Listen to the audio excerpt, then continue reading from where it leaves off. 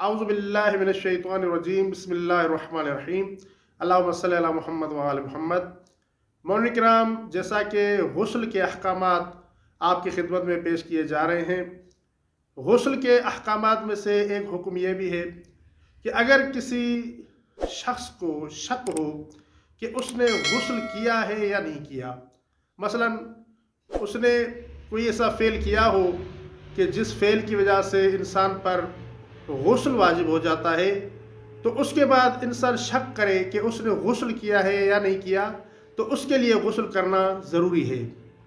लेकिन अगर किसी शख्स ने गुस्ल किया हो, यानी यकीन हो कि मैंने गुस्ल तो किया है, लेकिन शक हो कि उसने सही गुस्ल किया है या सही गुस्ल नहीं किया, तो ऐसी सूरत में उसके लिए